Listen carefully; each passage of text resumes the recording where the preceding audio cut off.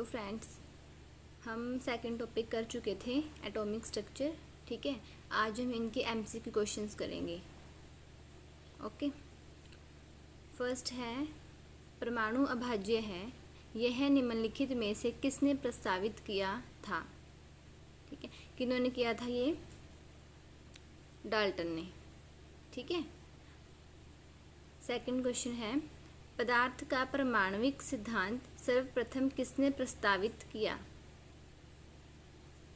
किन्होंने किया था? ये भी डाल्टन ने किया था। ठीक है, नेक्स्ट है परमाणु संरचना का मॉडल किसने विकसित किया। एटॉमिक स्ट्रक्चर है, उसका मॉडल किन्होंने डेवलप किया है? वो किया है बोहर और रदरफोर्ड ने। ठीक है, ये सब आप हम पढ़ चुके हैं। नेक्स्ट इज परमाणुवीय नाभिक किसने खोजा था। किन्होंने खोजा था? रदरफोर्ड, डाल्टन, आइंस्टाइन या थॉमसन। इसका आंसर है रदरफोर्ड। ओके, नेक्स्ट है परमाणु के नाभिक का आकार कितना होता है। जो हमारा एटम होता है उसमें न्यूक्लियस होता है ना, नाभिक न्यूक्लियस, उसका साइज कितना होता है? 10⁻⁻5, 10⁻⁻9 मीटर, 10⁻⁻10 या 10⁻⁻15। तो इसका साइज होता है 10⁻⁻15 मीटर। ओके, नेक्स्ट है किन किरणों के प्रकीर्णन से नाभिक के आकार का आकलन किया जा सकता है। कि किन रेडिएशन से हम क्या कर सकते हैं, कोई किसी एटम का, मतलब कोई एटम है, उसका न्यूक्लियस है, हम उसका साइज पता कर सकते हैं किन रे से? एक्स कण से, बीटा से, गामा से या एक्स रे से। तो हम पता कर सकते हैं अल्फा रे से। ठीक है, जो अल्फा पार्टिकल्स होते हैं ना, उनसे हम पता कर सकते हैं किसी एटम के न्यूक्लियस का साइज कितना है।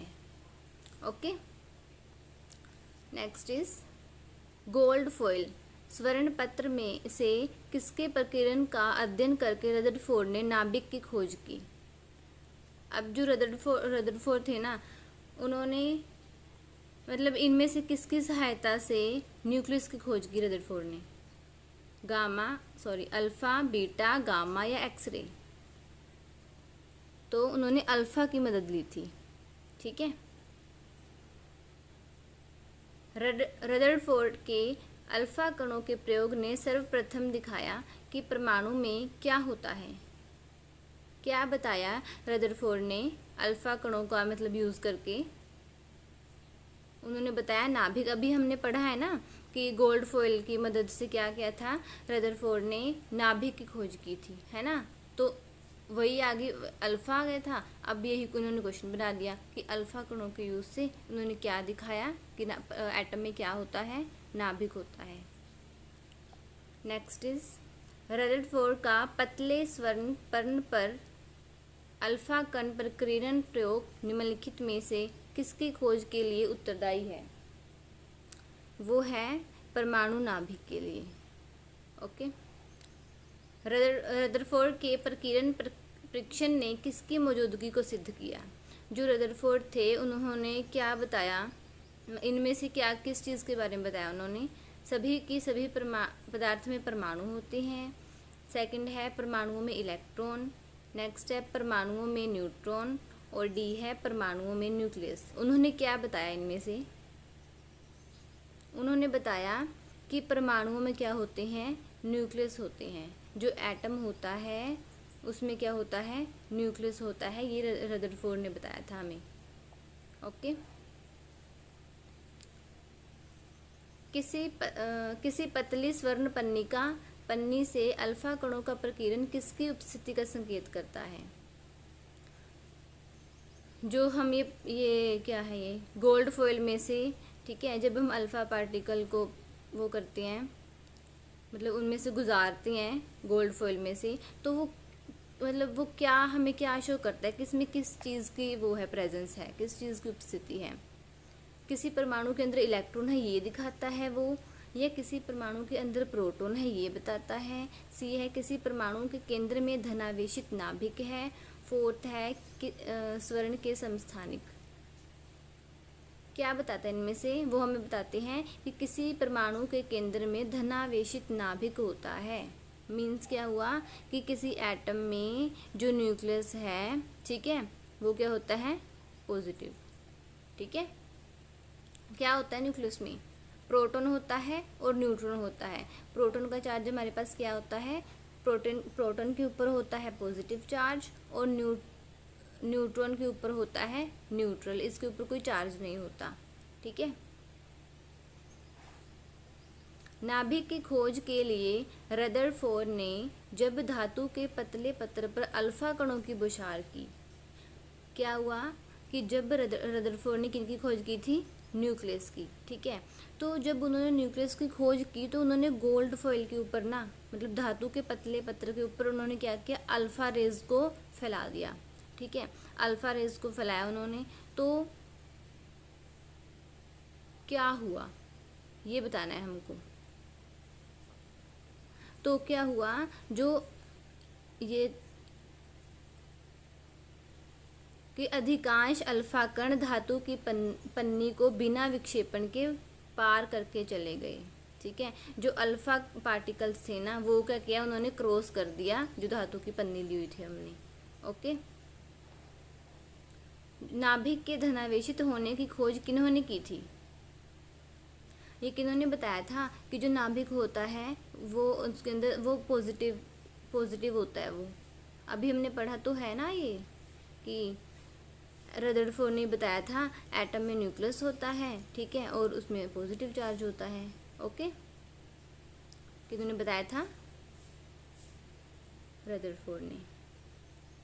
नेक्स्ट इज, एक परमाणु के 3 आधारभूत अवयव कौन से हैं? एक हमने सबसे पहले पढ़ा था कि जो एटम है वो एटम में क्या क्या होता है ये बताओ। फर्स्ट है प्रोटॉन, न्यूट्रॉन या आयन। सेकंड है proton, neutron, electron. Third is protium, deuterium या ट्रीटियम। और डी है प्रोटॉन, न्यूट्रॉन से आयंस। तो क्या क्या होता है? प्रोटियम, ड्यूटेरियम और ट्रीटियम। ओके, सॉरी ये वाला नहीं है। हमने ये पढ़ा था ना, एटम में क्या क्या होता है। ये एटम है, ठीक है, इसमें क्या है? न्यूक्लियस है। न्यूक्लियस में क्या है? प्रोटॉन है और न्यूट्रॉन है। ठीक है, और जो इलेक्ट्रॉन है वो इसके चारों ओर चक्कर लगा रहे हैं, है ना। तो यही हुए ना इसके कौन से हुए? इलेक्ट्रॉन, प्रोटॉन और न्यूट्रॉन। ठीक है, सॉरी ये गलत हो गया। नेक्स्ट है, परमाणु के नाभिक में निम्न कण होते हैं। जो परमाणु का नाभिक होता है, एटम का न्यूक्लियस होता है, उसमें कौन सा वो होते, कौन से पार्टिकल्स होते हैं उसमें? प्रोटॉन होता है, न्यूट्रॉन, या प्रोटॉन इलेक्ट्रॉन, इलेक्ट्रॉन अल्फा कण, इलेक्ट्रॉन न्यूट्रॉन। अभी तो हमने पढ़ा तो है क्या होता है नाभिक में?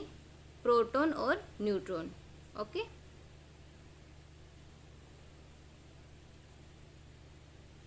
नेक्स्ट क्वेश्चन है, परमाणु में कौन से मूलकण समान संख्या में स्थित होते हैं? परमाणु है उसमें कौन से वो पार्टिकल्स हैं जो हमेशा समान रहते हैं? ठीक है, कौन है? फर्स्ट है प्रोटॉन और न्यूट्रॉन।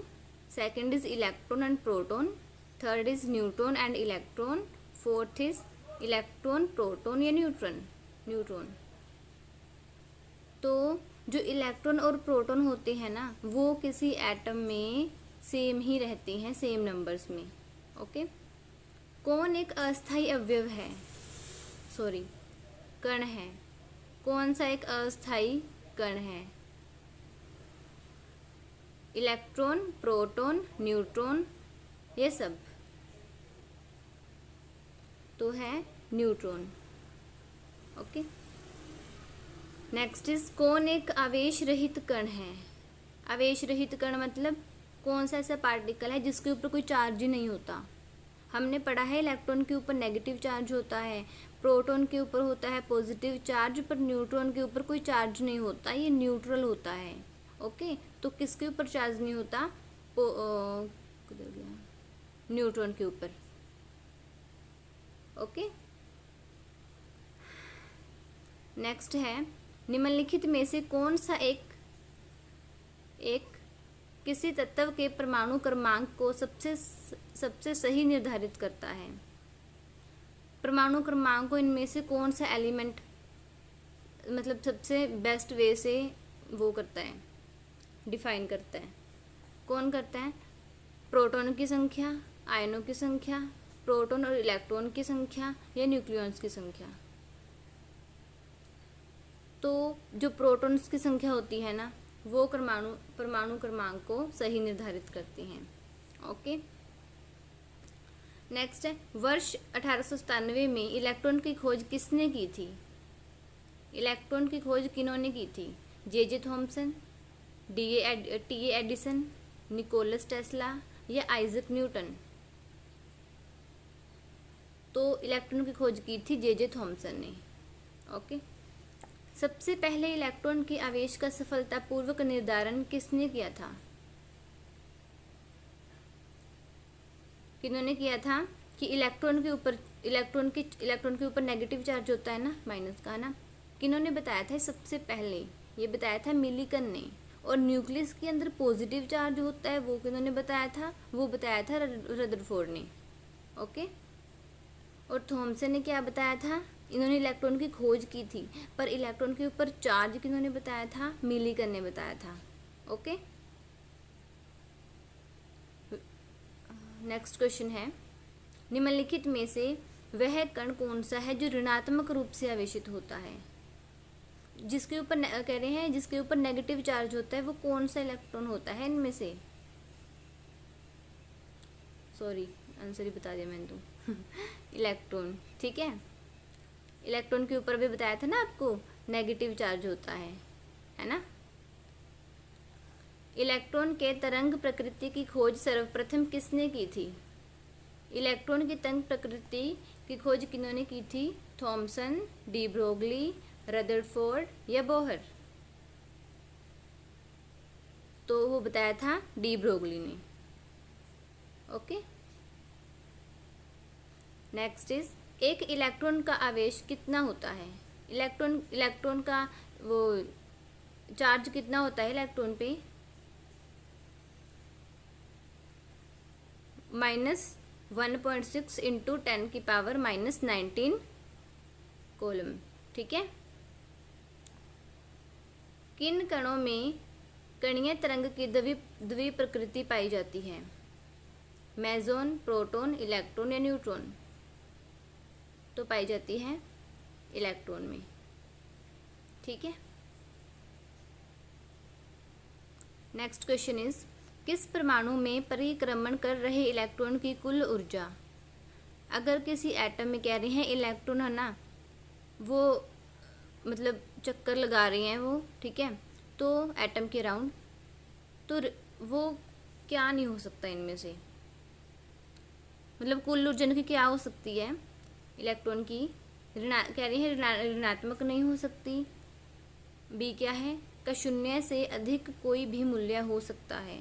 थर्ड है कभी धनात्मक नहीं हो सकती, और फोर्थ है सदा धनात्मक होगी। तो वो क्या होगी? सदा धनात्मक होगी, ठीक है। एनर्जी होगी ना इलेक्ट्रॉन की, वो क्या होगी? हमेशा धनात्मक होगी, मतलब पॉजिटिव होगी। प्रोटॉन की खोज किसने की थी? गोल्डस्टीन, चैडविक, थॉमसन या फैराडे? प्रोटॉन की खोज की थी गोल्डस्टीन ने।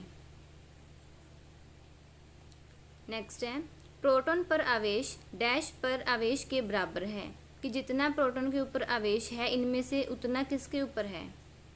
इलेक्ट्रॉन, अल्फा कण, न्यूट्रॉन या पॉजिट्रॉन? उतना ही अल्फा कण के ऊपर चार्ज होता है जितना प्रोटॉन के ऊपर होता है। ओके, नेक्स्ट है, ऋणावेशित परमाणु में प्रोटॉनों की संख्या क्या है? जो नेगेटिव वो जिनके ऊपर नेगेटिव चार्ज होता है ना, उनमें प्रोटॉन की संख्या क्या होती है? ए है तत्व के परमाणु क्रमांक से अधिक, बी है तत्व के परमाणु क्रमांक से कम, सी है परमाणु में इलेक्ट्रॉनों की संख्या से अधिक और डी है परमाणु में इलेक्ट्रॉनों की संख्या से कम। तो क्या आएगा? परमाणु में इलेक्ट्रॉनों की संख्या से कम। ओके। न्यूट्रॉन का पता लगाने वाले वैज्ञानिक का नाम क्या है?